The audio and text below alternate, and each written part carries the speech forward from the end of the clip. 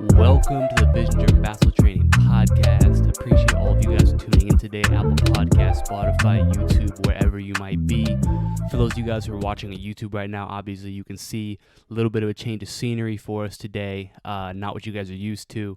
The one thing I'll say is 2020, COVID, all this stuff is crazy. So, situation going on in my house right now with COVID. So, kind of had to shift things around. So here's where we are today. Made the most of it. I kind of like the little bit of a change of background. Y'all see the Nerf hoop up behind me, so that's kind of a nice little thing. How I've been kind of spending my time in here, but hopefully you guys enjoy that today. I think there's a lightsaber back there too, so you guys will see that as well. So again, a very entertaining background for you guys today. Hope you guys enjoy it. To get on with today's question, comes from my guy Elias, and it really had to do with nervousness. During practices, during games, which is something that is very common that I get a lot, and wanted to go in depth on that to give you guys not only some remedies for how you can kind of in the moment be able to cure that, but going forward, how can you build your training, how can you build your preparation so that you can kind of eliminate nervousness as much as possible. That being said, the one thing I will say about nervousness is that literally, I believe there's a quote, I think it was Michael Jordan who said that like he was nervous for every single game. And that's Michael Jordan, right? So you'd think if anybody could overcome nervousness, it would be Michael Jordan. But obviously he didn't do that. So the one thing to understand is that there's always going to be nerves associated with playing basketball. That's just how it is. If you care about it, if you want to win, there's going to be pressure involved. There's going to be nerves involved. So part of this becomes how can you learn how to accept that, okay? Because again, there's never going to get to a point where you're just going to be free of it completely, okay? But you can do certain things that can lessen those nerves and can make sure that those nerves aren't affecting your performance. And that's ultimately what we want to get to. So I'll read this question. So he says, "Hey man, I had a quick question for you. My basketball season is coming up, and I get really nervous when running plays and drills. I become tight when I don't understand them, and I become afraid to fail. Do you have any pointers?" And so I wrote back to him. I'll give you guys a little bit more of an elaborate answer on what I'm talking about in terms of my answer to this question. So again, this is a situation that I'm sure a lot of you guys listening probably have felt the same exact way. I know for sure I have all the time, and I'm sure you guys are probably in the same boat as him. So what can we do to get past this nervousness? And I want to kind of break it down from the beginning where, he said, so I get really nervous running plays and drills. I become tight when I don't understand them, and I become afraid to fail. So that's where it really starts. I think point number one to overcoming those nerves, overcoming that kind of fear of failure is preparation. It all comes back to preparation, and preparation is what leads to confidence. If you're not prepared, you will not feel confident. But if you're over the top prepared, you're going to feel a lot more confident than you would if you weren't, okay? Preparation, though, there's a bunch of different categories we can talk about when we talk about preparation, right? Like, it's not just a one-sided thing, okay? Preparation, obviously, physically. So it kind of starts off with, okay, the whole offseason, March through October, are you in the gym? Are you in training every day? Are you consistent? Are you working on the things that you need to work on? Things that are going to translate to games for you? And if you are doing that, then there's your baseline preparation. Okay, you're coming into the season from a skill perspective. You're prepared. Okay, you've been working on what you need to work on. So there's point number one. So that's obviously right there. If you're not doing that, then that's going to be a problem. But we're going to assume everyone who's listening to this is working on their game. Okay, then preparation becomes mentally. Okay, then it becomes not just about I go out there and I can compete physically, but now it's like okay. When we talk about preparation from that perspective, I like to refer to it as over the top prepared, because essentially what this goes back to is like if you're nervous with the plays, for example, okay, so you're nervous with plays or drills, if we can get it so that you know all the plays and you know every drill well, then the nerves surrounding it can just go away, okay? And that's very, very simple because all that it is you dedicating yourself to learning that stuff as well as you can. So what I recommend is write things out, become super, super confident in knowing them to the point where you cannot mess it up. Become over the top prepared when it comes to that stuff. So if let's say, your first day of practice, you guys put in 4 plays and you're a little bit shaky on the plays, okay? You're nervous. It's like, I don't know if I'm going to remember these plays when I come back to practice tomorrow. take it upon yourself to go home, write those plays out, get a notebook and say, you know what, I'm going to write down each play 10 times. I'm going to write out each play 10 times so that I know every position. I know how to be able to do all that sort of stuff. And then after that, you're going to feel like, okay, I can go to practice now and I know every spot. I know each play because I went home and I took it upon myself to know everything. That's literally something that I did when I was in high school. Anytime I learned a new offense, which basically was almost every year. Freshman year, I had to learn a new offense. Sophomore year, I had to learn a new one. Junior year, I had to learn a new one as well. So I learned a new offense every single place I went. And obviously, you don't have a ton of time to be able to get stuff sorted out, right? If you want to be able to go in and play, coaches want to put guys in who know what they're doing, okay? And there really is not an excuse for you to not know what you're doing. If you go into a game and you don't know what the plays are, that's a direct reflection on your preparation, on how much you care or don't care, okay? So that comes back to, again, I'm going to go home today after practice, write out every single thing that I might need to know. If there's a drill that I'm unfamiliar with that I'm nervous about running, I'm going to go home, I'm going to write out how to do that drill. I'm going to draw a diagram of that drill, and I'm going to learn how to do it. I'm going to make sure that it's ingrained in my mind and it's not going to go away.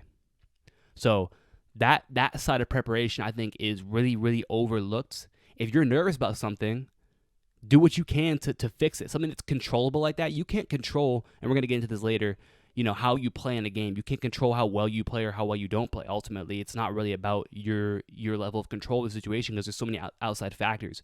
But when it comes to you just knowing things, that's 100% on you. You 100% have the power to know everything about your offense, know everything about those drills. So if that's the issue for you, you're nervous about something that has to do with practice, write stuff down, get rid of that.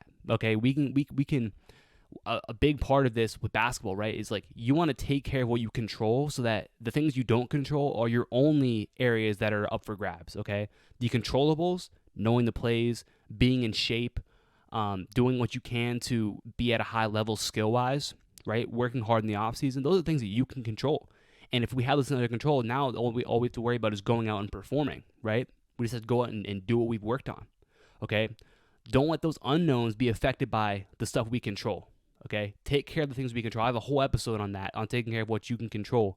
I'll link to that, but check that out to get more in depth on that. But that's such a big part of this. Okay, so to answer the first part of this, if you don't know the plays, you don't know drills, take it upon yourself to know them. There's really no excuse to not. You just got to go do it. Okay, so then kind of my second point with that is, let's say you've taken care of the controllables, right? So you know the plays well, you know the drills well. There's no question marks when it comes to that. Then we can talk about what can you do actually in the midst of games, right? So, or practices, just to kind of get that nervousness under control, because there is actually a reaction, a physical reaction your body has to being nervous. So you probably have heard of it referred to as fight or flight, right? Where you're either going to kind of tense up or you're going to kind of run away. But we always feel in basketball where you get tensed up because you're nervous. You feel like you go into a game, maybe you airball a shot because you're just so nervous, right? That's happened to a lot of people. You might dribble the ball off your foot because you're just nervous. Your muscles are well tight. So what we can do is a couple things. And I talk about this in the Mental Toughness Masterclass, which comes with the perimeter score system. But just to go into a little bit of what we talk about in that, we talk about breathing. And how breathing is so important to controlling your nervous system and your response to you being nervous about something. So we talk about two different types of breathing, and I kind of want to go in depth into it right now. Just kind of, you guys can even try it out right now just to see how it feels for you. So I outlined two different types of breathing patterns. So it's really, really powerful what your breathing can do to your nervous system, to your body physiologically. It's really, really powerful, and a lot of players don't take advantage of it because they just don't know about it. So specifically, there's two patterns that I talk about, and the first one is a 4-7-8 breathing pattern where you're going to inhale for 4 seconds, you're going to hold it for 7, and then you're going to exhale for 8. Okay, so I'm going to inhale for 4, hold for 7.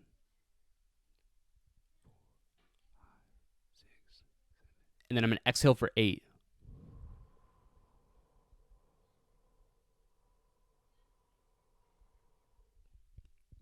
So this specific pattern, that 4-7-8 pattern, is going to help you to kind of alleviate some of that tension. You're just going to feel more relaxed when you do that. So I encourage you, try it out right now and just see how relaxed you feel after doing it 2 or 3 times. Okay? So in different situations where you might feel that nervousness, you might feel yourself being real tense, being real on the edge, that fight or flight reaction to the situation you're in practice or a game, go ahead and try that and just see how it feels for you, okay?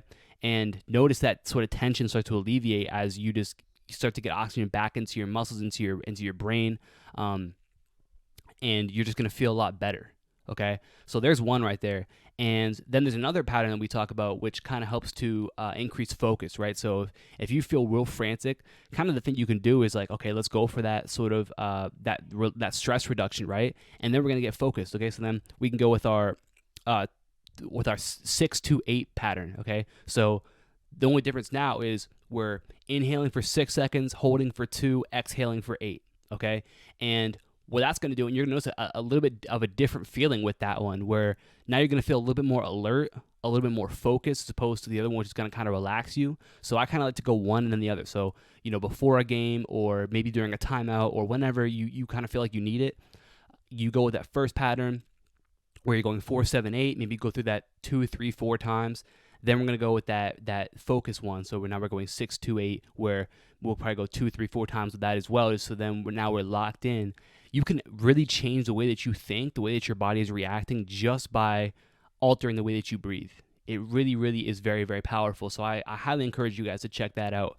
And just see how it feels for you, okay? The other thing that can be powerful when it comes to kind of reducing that tension in your body is if you feel like you're really, really tense, right? You can clench up your whole body, right? So you feel like you're really tense. So you clench up, squeeze all your muscles, hold it for a couple seconds, and then just exhale, let it out.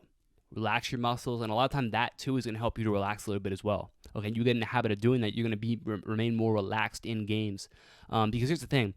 Even if you are prepared, right, which ideally, again, we talked about you are prepared, you're going to get to points where you're playing big games, right? You're playing a big game, and there's a lot of people in the stands. Hopefully, we'll get back to that when COVID's over, hopefully. But you have a big game, big crowd. It's super loud, super, it maybe it's a playoff game. That atmosphere is very, very, it can be very, very nerve-wracking, right? It can be a lot of pressure involved with that, okay? So adding these different reactions to it, these different breathing patterns to it, is going to help to kind of combat that reaction, because everyone's going to feel something when you feel the energy from the crowd like that. You're going to feel a little bit more tense. So if you can relax yourself, take some deep breaths, especially that first one where, we're able to relax ourselves, it's really going to help you out down the line. So highly encourage you guys to check that out and try it out and really just see how it feels for you. And then I think maybe the biggest thing when it comes to nervousness, a lot of times when you feel nervous during a game, or this can also happen if you mess something up during a game, or you miss a shot, you turn the ball over, you get beat on defense. It's so easy to become super inward focused, right? And all of a sudden you're thinking about, oh man, I missed that shot. Oh man, this, that. Oh man, my coach is going to be mad. He's going to bench me. This guy's going to get my starting spot from me. This is going to happen. That's going to happen. I'm not going to get this. This coach isn't going to recruit me now. Like, all these things can start to kind of creep up on you. So it's important that we're able to keep our mentality in check the whole time. Okay? We don't want to be at a whim based on how we perform, because that's going to lead to very, very inconsistent performances. We don't want to be inconsistent. We want to be able to go out and have our coaches and our teammates rely on us to be there every time, okay? We can't just be, when things are going well, we're good, but when we miss a couple shots, then we're out of the game. That can't be how we have to react. So a lot of what this comes back to is the mindset you approach things with. I've talked about this before, but you want to have a process-focused mind as opposed to an outcome-focused. The difference here is that a player who has an outcome-focused mind is going to, the only thing that they're worried about is, did I make or miss the shot? Did I turn the ball over? What is my coach thinking right now? What are my teammates thinking? What is the crowd thinking? Oh man, like, is the newspaper going to interview me after the game? I can't miss this 3 because I already missed 2. Like, you're so focused on the outcome, right? You're going to go into a game saying, I have to score 20 this game. I've got to score 30 this game. I've got to do this, got to do that. That's the outcome-focused player. And that can be fine if you are able to, if you have a good game, right? You can be out, you can say, okay, I want to score 20 this game, and you get in the game, you hit your first 6 shots. well, you're going to feel really good about that. You're going to feel really confident and everything's going to be good. But if that's your mindset and then you go into a game and you miss your first 6 shots, a lot of players with that mindset, it's going to be over for them. Like, they're done. They're like, you know what? I can't even get to my goal anymore. So their head is going to be just completely out of it at that point. Okay, because they had a goal they were going into the game with. They were focused on the outcome they wanted. When that outcome is not looking like it's going to happen, very, very easy to get discouraged. And this is where, for those of you who may struggle with your confidence level in games where, you might miss a couple shots and you just don't feel confident. You might turn the ball over one time. You feel like you can't dribble anymore. This is where it stems from. You likely have a more outcome focused mind, and that's very normal, right? A lot of when you want to do well, but it's funny. It's really it's backwards. Okay, focusing on trying to do well is actually not going to get you the result that you're going to want. Okay, we want to have a process focused mind, which all that means is instead of focusing on what we want to happen, the only thing we're focused on is actually doing it. We're completely focused on the present moment. We're not focused on the past. We're not focused on the future. We're not focused on, okay, you know what? It's the fourth quarter. I only have 6 points. I got to get to 14 or my average is going to go down. Like, we're not thinking about what happened in the first, second, or third quarter. We're not thinking about what we need to do the rest of the game. We're thinking about this exact moment, okay? So the only thing that I'm focused on is my effort at the time. Because I tell players, like, listen, there are very few things you control in a basketball game. You do not control if the ball goes in. You do not control if when you shoot the basketball, you do not control whether or not it goes in, because you might shoot the ball perfectly, right? And we've all felt this. You might shoot a ball and you feel, oh man, that's definitely going in, and it misses, right? It rolls around the rim and goes out. That you do not have control. Once the ball leaves your hand, there is no control you have over it. You might miss every single shot. You don't have control over it, okay? You do not control whether or not your teammate does what he's supposed to do, okay? If your teammate misses the layup, you don't control that, okay? He blows your assist. You don't control that. You do not control what your coach says to you, what he thinks of you. You don't control that. He's going to say what he says and does what he does. You don't control what the fans think. You don't control what the referees do. You literally control nothing that happens with the actual game. Nothing that happens. When someone's watching a game, like if you go on TV or you're watching TV, you're watching the NBA Finals, right? What we watch as fans, those players don't have control over what happens, right? Here's what you do have control over. You have control over 2 things: your effort and your attitude. Those are literally the only 2 things, okay? So those are where your focuses should be during a game, okay? Your focus during a game should be, okay, I'm going to give my best effort every single play. And you just forget about how many points you have. You forget about what you're doing with assists. You forget about, you forget about who's in the crowd thinking what. You forget about what your coach, said. Or I'm not saying don't listen to your coach. I'm saying if your coach, yells at you, you're like, okay, you know what? On to the next. I'm just focused on giving my best effort this play. So if you go from thinking to yourself, hey, I've got to do this, am I playing good? Like, I got to play good today. If your focus becomes, you know what? The only thing I have to think about is I got to give my best effort this game. You're going to play it much more relaxed because I don't control if the ball goes in, but I'm going to make sure I get my best effort towards it. I don't control if I get beat on defense, but I'm going to give my best effort at it. And guess what? If I lose and I do poorly, well, it is what it is. I just got to go back and work more, right? I got to go put in more work.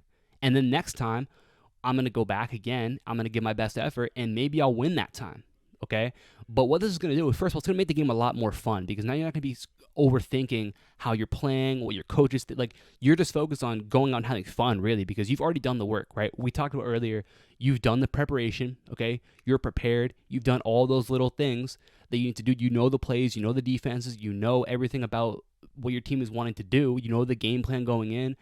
You've put in your work all off season, and you've done all those things to prepare. Now it's time to just go out and do what you've prepared for, right? It's time to go out and just have fun playing. So if your focus becomes, hey, I'm just going to give my best effort today. This game, this practice, I'm going to give my best effort because I know that I've already put in the work to earn that. Okay, I've earned the right to just go out and give my best effort. You're going to find that basketball becomes so much more fun for you. It's so much more fun when you're just like, I'm just going to go out and play, right? And you're also going to find that your performance has become much more consistent because now you're not going to be derailed by missing a couple shots. You're not going to be derailed by turning the ball over once or twice, okay? So while it might seem backwards that, like, if I don't focus on scoring 20 every game, now all of a sudden like my performance is going to get better. But it actually is how it is, because now if you're in that outcome focused mindset, it's very easy for that effort to drop off when things are not going well for you. Okay. But when you're only focused, when the only factor, if you can look at yourself in the mirror after the game and say, you know what, I gave my best effort the entire game, and that's all you need, right? That's all you need to say, I had a good game. It's when, you come home, your parents ask you, hey, how'd you do at the game today, right? Think about your answer to that being, I gave my best effort today. And that's all that matters, right? That's how you want to be able to look at this yourself. If the only critique that you can have of yourself is whether or not you gave your best effort, well, that is just going to allow you to be at your best more often. Because now if we're thinking, okay, how many points did I have, how many rebounds, how many assists did I have, like, oh man, I didn't do very well with this. Now all of a sudden it's like, okay, you know what? My effort might drop off a little bit because I'm not playing well. First 3 quarters I didn't play well. It's the fourth quarter, and maybe my effort drops off a little bit. But if the only focus you have is your effort, it's never going to drop off. Okay? And that's going to allow you to be better, to play at your best the whole time. Okay? You're going to notice that as you make that shift, you're going to start to play better because you're focused on doing things as well as you can, which means you're going to be performing your skills at your highest state. You're going to be as an athlete, as a defender. All those things are going to be at your highest possible level because that's all you're focused on. Okay? And so again, this is just a mindset shift you need to have where you're in a game and your only focus is, okay, I'm going to give my best effort, right? You miss a shot, all right, you know what? I'm going to give my best effort, okay? That's really a great reminder for you. When you're in games and you feel nervous, you start to feel like, oh man, I feel like I'm not playing that well this game. You have to be able to kind of snap out of it and say, you know what? I'm going to give my best effort this next play, okay? All I control is the effort that I give on this next play. That's all that I control. And you're going to start to see your performance become more consistent and at a higher level. And ultimately, that nervousness is going to start to dwindle a little bit, and you're just going to have a lot more fun playing basketball. Okay, so I highly encourage you guys to take that into account as well when you're playing. And you guys are going to see visible shifts in your game. Again, starting off with your preparation, because again, you cannot be process focused if you haven't put in the work. If you have not prepared yourself, you're not going to earn the right to be able to do that. Okay, so it starts with that preparation. So say to yourself, okay, you know what? I'm going to make sure I'm prepared for this. I put in the work all off season. I put in the work to know the plays, to know the drills, to know the system, know the defenses. I know everything that I need to know. I put in that work. I'm over prepared for things. Okay. And now I'm getting my breathing right. I'm noticing when I'm tense, when I need to calm down, and taking those deep breaths, holding it, letting it out, okay, becoming more relaxed as I play. And then when I'm playing basketball, I'm literally just having fun. Like I'm literally just focused on giving my best effort and having fun. And that alone is such a freeing way to play. You're gonna play a lot better when that's able to be like that. If you think about it, you think about a time when you've been at the park or you've been at an open gym. Maybe you had a game or practice where you just were feeling it, right? You're just going, you're just playing. You hit a bunch of shots, all those things. You probably were just playing basketball. You're probably just going out there and having fun, right? We want to be able to recreate that mentality as much as we can. And if we're just out there focusing on doing our best every play, that's how we get into that sort of flow state right there. Okay, so super powerful. Great question. Hopefully this answered it for you guys. You guys have any more questions, of course, leave a comment. But even better than that, send me a DM on Instagram at Vision Driven Basketball. Because again, this question came from a DM. So this is where a lot of my ideas from. So I appreciate you guys for sending me questions. Make sure you guys also check out my TikTok at Vision Driven Basketball as well. Trying to post on that. Just some little extra things, some move breakdowns, different things like that, some drills and stuff as well. So go ahead and check that out. Really do appreciate all of you guys. Any of you guys interested in any of my training, that's gonna be linked down in the description below as well. So go ahead and check that out. And man, I feel like there was something else I was gonna tell you guys today, but I can't think of it. So that might save that for next week's podcast. But again, questions for me, send me a DM or just give me a follow because I'm posting all the time. Really appreciate all you guys. You guys on Apple Podcasts, you guys would appreciate if you guys left a review for me. YouTube, like, and subscribe. I'll see you guys soon. Peace.